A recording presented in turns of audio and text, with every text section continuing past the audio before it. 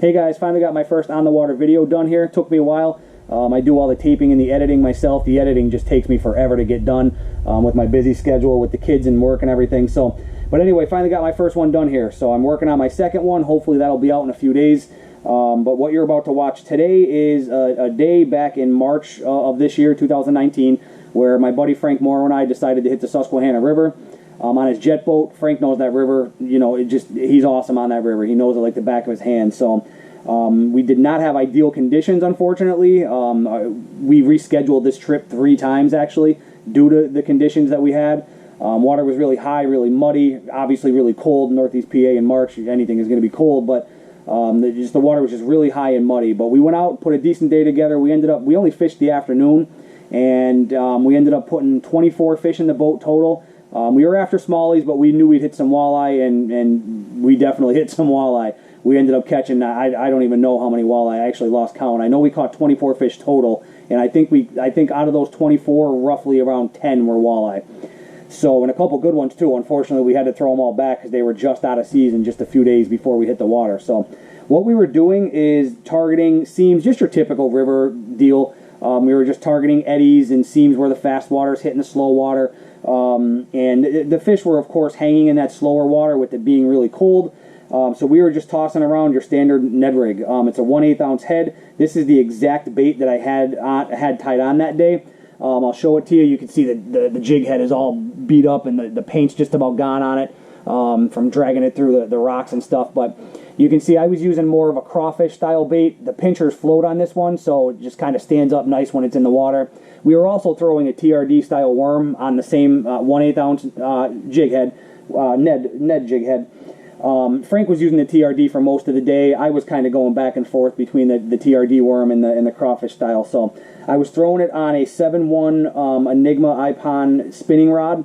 It's a medium action, extra fast tip, just an awesome rod for that technique. And these Enigma rods are phenomenal. I've switched over every rod I own to Enigma. I've used some high-end rods in my day, and these Enigmas, I'd put them up against any one of them any day of the week. So I have 20-some Enigma rods in my box there. So. And then the reels, this Bass Pro Signature Series, small version of it. I think it's the Series 10. And it's spooled up with 20-pound Suffix 832 braid with the Suffix Fluorocarbon 8-pound leader. So that's what we were doing. That's what we were using. So that's what you're going to see in the video. Hopefully you guys like it. Again, it's my first on the water video, so it's not going to be perfect. I'm kind of learning as I'm going here. Hopefully you guys like it. If anybody has any suggestions, I'm always open to criticism. You know, good or bad, doesn't matter to me. I have thick skin, don't worry about it. You're not going to hurt my feelings. So, but anyway, hopefully you enjoy the video. I appreciate all you guys watching my videos and all the positive feedback I get. So sit back and enjoy, and if anybody has any questions or anything they want to see me do differently, feel free to shoot me a message or leave a comment below. Thanks a lot, guys. I appreciate it.